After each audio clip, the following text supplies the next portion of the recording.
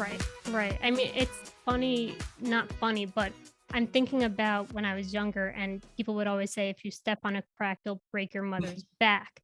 And now that Mhm. I'm sitting here talking to him, I'm wondering, okay, who's the first person that thought of this?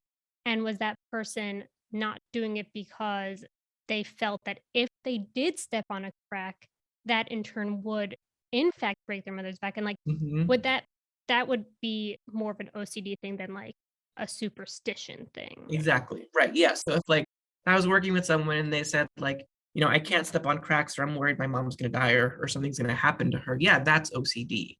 Right. If I'm just doing this, because it's a preference or it's fun, like it's different than like, just something that I feel might bring me good luck or something, that I feel might increase my chances of doing something. OCD is more of like if I don't do this, there's a feared outcome.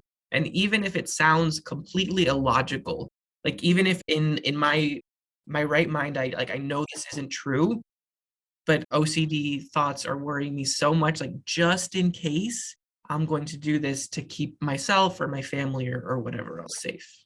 Yeah, it's amazing how the brain works, and I think that's the problem is a lot of us are saying, "Oh, if I step on the crack, I'm gonna break my mother's back," and turning it into more of a joke than Mhm. the reality of the person experiencing that and saying, "Oh my gosh, I have to look where I'm walking because if I step on a crack, I'm actually in fear that I have to call my mom and make sure that she's Mhm. okay."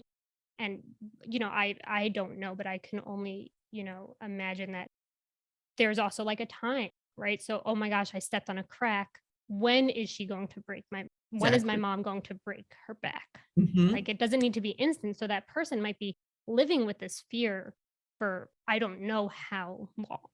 Right. Yeah, and that's the case. Like some people, their thoughts are like instantaneous. Other people, it's like this existential thing